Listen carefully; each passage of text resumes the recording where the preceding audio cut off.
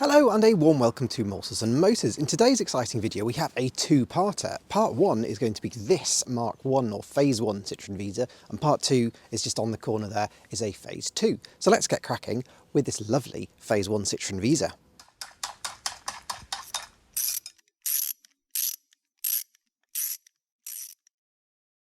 So the Citroen Visa was launched in 1978 as the first Citroen product to be launched as a joint venture with Peugeot, because the Visa is effectively based on the Peugeot 104 floor pan. But Citroen being Citroen, they couldn't quite leave it as a clone of a 104 at the time. Citroen had to design their own body and also use their own air-cooled engines for it. So this particular car is a Phase 1 Citroen Visa. This is a 1979 build car that was registered on the 1st of January 1980, and it has the original styling that the Visa came with.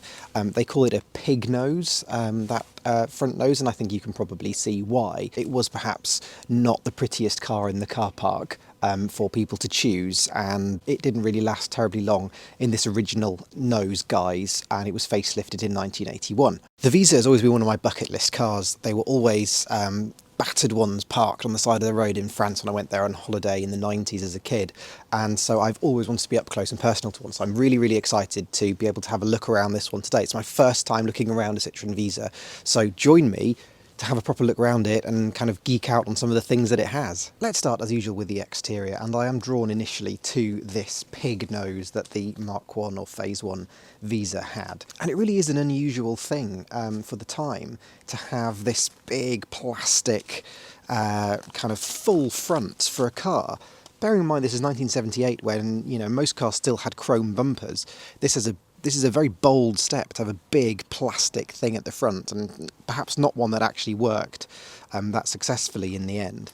But I love the detail in it. So we've got these little kind of square motifs here on each side of the number plate, and that's repeated in the rear as well. When you kind of step away from it, it does look a little bit sad, perhaps. It's not a happy face car, which may be why perhaps it didn't initially appeal in this original shape. We've also got the lovely kind of ribbing detail here on this front bumper, which I really rather enjoy. We've got some then very 70s styling as you go down the side of the car. So we've got steel wheels with chrome hubcaps. We have a kind of chromey or aluminium effect door mirror and some chrome door handles, although the chrome door handles did disappear quite quickly on in production. When you look at it from afar, it does look quite swept back. It's quite sort of aerodynamic and futuristic. The windscreen is not at all kind of sit up and beg. It's very kind of smooth, that transition between the windscreen and the bonnet. And the kind of that motif is echoed in the doors. You can see that the B-pillar is angled backwards so that the door line of the door frame kind of gently suggests movement in some way in what's otherwise quite a boxy car. So setting to the rear, we have, again, a really quite fabulously unusual bumper design, which has got these square motifs in it again, and integrated fog and reversing lights in the centre. Highly unusual, very designery. Also, all the mod cons of a full light cluster with built-in number plate lights into the side of the cluster to light up the number plate, which is really very modern. I think, you know, the Volvo 340, for example, got that in its facelift in 1986. So to have this at launch in 1978 is kind of a really neat modern touch. I love the aluminium or brushed aluminium panel that goes along here as well in the early cars. And Club tells us that this is not the base model. It is actually one up from base. The base was called Special because, you know, or Special, because why wouldn't it be? Seeing the car from this rear quarter here on the passenger side, you can really see how big that rear quarter design is. It's quite overpowering in the design, and I think that combined with that kind of pig nose front bumper perhaps made people not resonate with the Visa as much. We also get side indicator repeaters, which for a 1979 car is again quite advanced. And again, let's take a look at this kind of windscreen transition. It's really so smooth and aerodynamic. It's really unusual for a 70s designed car. You know, this was launched 2 years after the Mark I Fiesta. This feels an age away. Single wiper, of course, because Citroen, but the windscreen also wraps around. Can you see it wraps around the A-pillar a little bit as well? So it's a really big windscreen. Again, unusual to have such a curvy, big windscreen in the late 1970s. The door handles are a solid affair with a button that you press there to get into the car. And that reveals the cabin in all its glory. But let's start with the door card itself. So the door card is obviously lots of body coloured metal, and I haven't said, this is a fantastic colour, isn't it, this yellow? I don't think I know the name of it, sadly, but anyway. So inside, on the door card, we have a Citroen sticker with brushed aluminium, which is just glorious, in a little cutout in the vinyl. Isn't that just lovely? We have a door pocket at the bottom, and that, again, that's got a little warning reflective strip there, or sticker, which is just great. The door pocket is tapered as well, so it's wider in the back where it's kind of next to the seat, and then it tapers in to make it quite small near the front, so it gives you more space for your legs. Isn't that lovely and clever? Window winder is actually a very similar design, if not identical to the one on the Skoda Favorit I reviewed not that long ago. Wow, did not expect to see that. But it's inset into this lovely circular kind of shape in the vinyl, and there's a few other melted vinyl shapes on the door card. We have door pull there, and then there is... oh, we have double door pull. Ah, interesting. So that's an armrest with a bit of a pull in it, but that's also a door pull that you can pull the door shut. I'm going to guess that that armrest wouldn't be there on the base model or something like that, which means that that would be the only thing that you have to pull the door shut. Okay, that's obviously your slider for opening the lock on the door. But let's turn to the glorious interior, and I don't really know where to start. I'll start from the bottom, and I'm going to start with the floor mats. I absolutely love the way that the flooring works on a Citroen Visa. So it's not carpet. As you can see, it's kind of... we've got some naked sills here. It's just a rubber mat that fits onto the metal floor, and it's quite hard, but it has these lovely kind of ridged circle motifs everywhere. So we've got squares outside, circles inside. They clearly like shapes and Citroen in the 1970s, didn't they? We've then got these fantastic seats. Look at this lovely houndstooth style trim in this. It's very 70s nylon, and they have survived so well. I mean, it's definitely original 70s nylon, so that's just fantastic, isn't it? No headrests even on the second model up, but it was the very late 1970s. Also, shout out to more shapes in the car on the headlining, and this time we have, I think, elongated hexagons in sequence, which is just lovely. And this is, I think, let me just double check with my hand, but yes, it's carpet. So we have rubber on the floor and carpet on the ceiling. Brilliant. Let's have a sit inside, shall we? And I'll show you a proper look around the dashboard. But I'm going to start on the passenger side because the driver's side is just where all the joy is, and it's quite complicated. So we'll start, I think, with the passenger side and the simple stuff. So my legs fit quite spaciously here on the rubber mat. It's quite pleasant, and above me, or above my legs, is a very nice large shelf, which again has the circle motif, and they're holes so you can see through them. I think things might fall out of there quite easily, though, is the only thing. And also they're very much on view, aren't they? And then it brings me to the dash itself. So this is a very simple just bar going across the car, but it's trimmed in this really kind of beautiful rubbery vinyl. It's squishy. So it's a squishy dash like a 2000s car, which is really unusual. I love this ribbing that they have here. They've really thought about the design. So we've got some air vents, a big one there on the side, two big ones in the middle, and another big one over on that side.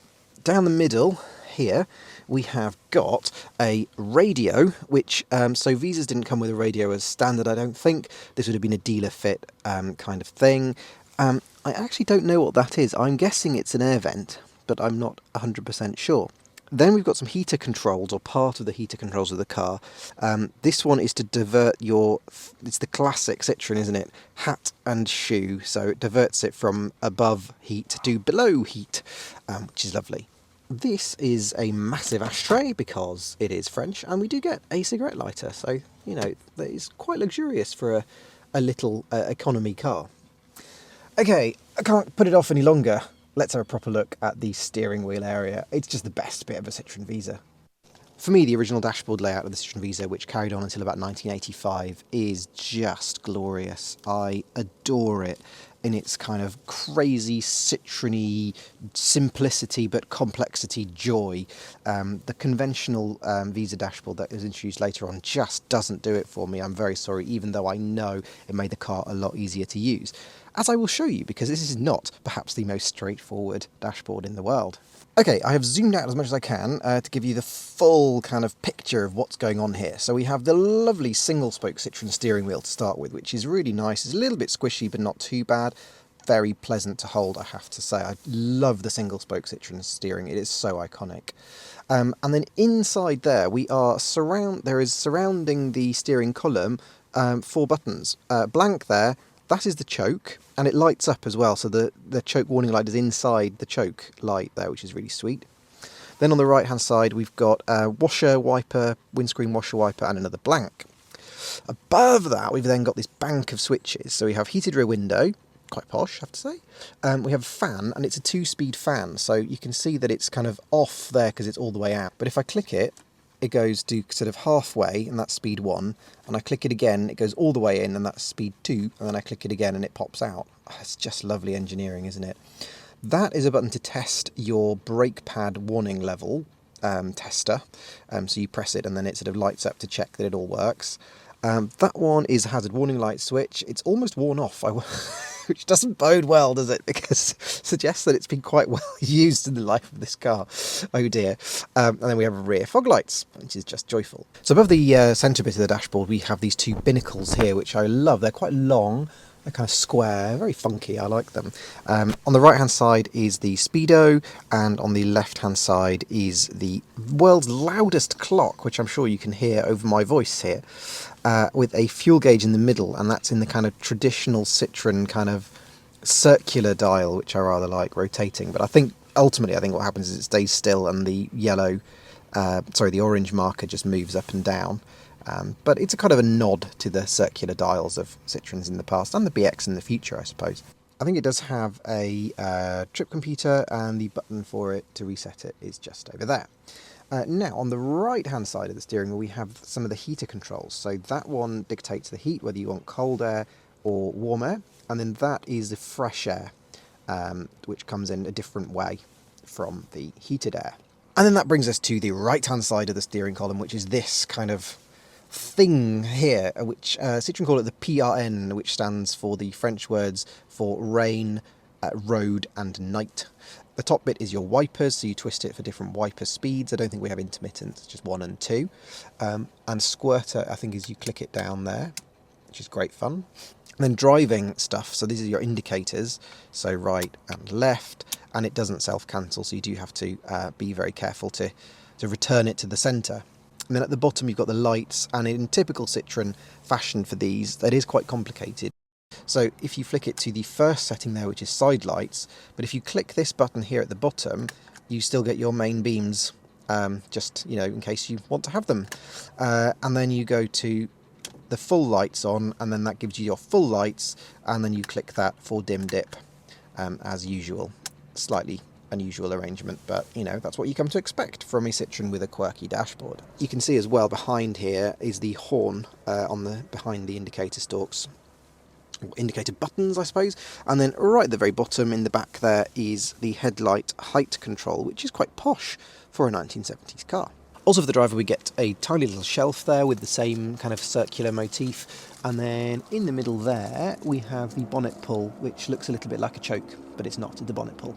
And of course, down in the middle of the car we have a 4-speed manual gearbox in conventional layout as opposed to a 2CV, so very normal manual gearbox and a very normal handbrake. So it's much more conventional than the 2CV would have been, and much more accessible to drivers of other cars, apart from the kind of funky dashboard, I suppose. So there's not a huge amount of stuff to put you off. I wonder what the Sparkrite security system does. Let's have a look in the rear of the Visa. So again, we have a lovely little button press on the handle, open it up. Doors open reasonably, not the widest in the world. Again, lots of body-coloured metal on show and a similar kind of door card to the front. And inside we have more of this beautiful 1970s brown nylon and nylon houndstooth fabric. And what I also didn't say in the front seats is that the cutouts here, so that the differentiation in the fabric also shows a differentiation in the foam, so it's beautifully cut out here to sculpt to your body. It's really comfortable, I have to say. We have in the rear on this particular car has had some aftermarket static seat belts fitted, static 3-point belts, which is great. There's 2 of them, one for each side. Very, very sort of early 80s, that delicious. And sitting in the back of the Visa, it's actually a very comfortable place to be. It's not the biggest space I've been in as a car, but I've got my own door, which is, you know, a big plus point that the Visa had as opposed to a lot of other Super Minis at the time. Because there are no headrests on the front seats, I have an enormously brilliant view. I sit up quite high. It's quite erect and nice seat here, but as I say, that kind of sculpted cutout means it's super squishy and comfortable, and I'm kind of sunk into the seat. It's really nice, not a horrible bench. So your rear passengers are not kind of ignored for comfort in the back of the Visa.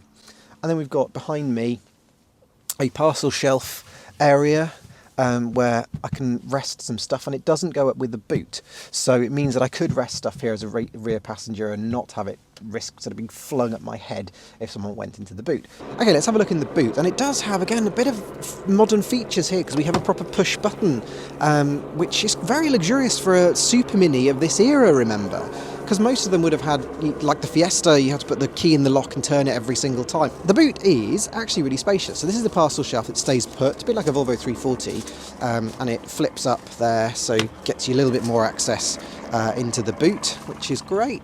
And yeah, it's actually a really spacious boot. The rear wheel arches do encroach quite significantly into it, so it does make it quite a narrow space, but it is deep and reasonably long. It also reveals to us the tailgate wash wipe system, which is in there, and also that is the muff for the air-cooled grille to keep it warm on very, very cold days, which is the first hint that I have. This is an air-cooled car, so it's really something quite special. So I think that engine deserves a little look at, shall we? Opening the bonnet, we get this bonnet stay here, which is really, again, quite kind of luxurious and advanced. There we go, click it into place. And that reveals mainly a spare wheel under that bonnet, to be honest. It is the dominant feature, isn't it? Very 70s to have a spare wheel in the bonnet. And also gives away the fact that this is an absolutely tiny engine, so there's loads of space in the engine bay. It is a flat boxer 2-cylinder engine, which is hidden underneath the alternator and the carburettor. It is tiny, I promise you. If I zoom in over there, you can see that over there is the flywheel, so that's the back of the engine. And then this kind of bit of black just there is the shroud for the fan, the cooling fan. So the engine is tiny, it just takes up that tiny bit of space there, and it's flat, and there's then the fan in the front that sucks the air over it and kind of distributes it via the tinware that's there. On the side, there is the exhaust goes through this heat exchanger, and the heat exchanger allows some of that air to go into the cabin if you want heated air to go into the cabin. Also shows you over there is a brake master cylinder with no servo, so I'm going to have to be careful when I'm driving it in a little bit. That is the brakeless wasted spark coil pack, which is extremely advanced for a 1970s car, isn't it? 2 spark plugs, as you can see, 1 on each side, which means there's no classic distributor, no points that you have to adjust, no water that can leak out of it because it's air-cooled, which means it's an extremely robust little thing, to be honest. On that note, should we go and try the engine out on the road and see how it actually drives all this 34 horsepower air-cooled power? I've no temperature gauge, so I've no idea how warm the car might be, which is unusual, because it doesn't feel like it's fully warm yet, so I'm not sure how much I should put the choke in. It's quite difficult to judge, particularly as it's making lots of different noises to what I'm used to a car making, of course. Oh, cornering! Oh! It's quite... Okay, it doesn't roll like a TCV, but it still rolls. That's quite fun. Okay, let's get to 40 miles an hour. And it gets there. It gets there quite well. The engine feels quite far away. It's loud at parts, but not all the time.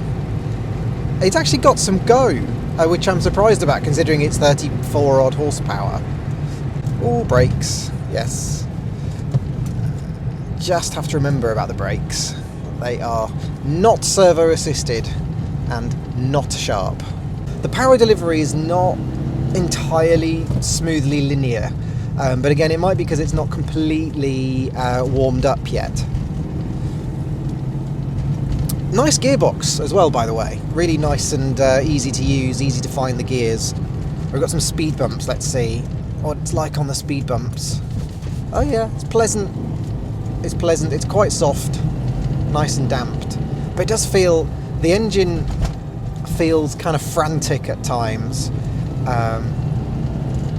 This little air-cooled beast. But its ability to get the car down the road is no different to very many other cars I've driven from this sort of era. It doesn't feel slow in any way. You got to keep the revs up a little bit when you're doing manoeuvring. That's kind of the difference. It hasn't got that smoothness perhaps of a water-cooled engine at the lower end of the speed. So you have to kind of give it a bit of welly to get moving. And remember to cancel your indicators. Oh, this is just glorious, isn't it? It feels very different to a lot of other things. It's quite tall, it's quite narrow, it's very spacious though, certainly lengthwise. It's nice and comfortable ride, really comfortable seats, but very, actually surprisingly easy to drive. Like the controls are, the pedals are really nicely weighted, the gearbox is very pleasant. I haven't found the PRN controls to be too difficult to use at the moment. The indicator switch is in a much more normal place than it is on the BX. It's on the top on the BX, whereas this is on the side. It feels more natural. Yeah, the engine's always there, you're ever aware of it, but it's a very different sound to a normal engine. Like it sounds like a bit of an like a hairdryer or a Dyson hand dryer over there in the front, as opposed to a ticking kind of normal engine that you would hear that's kind of a bit more into the cabin. This feels really far away, and that's because it's really far away at the very front of the engine bay.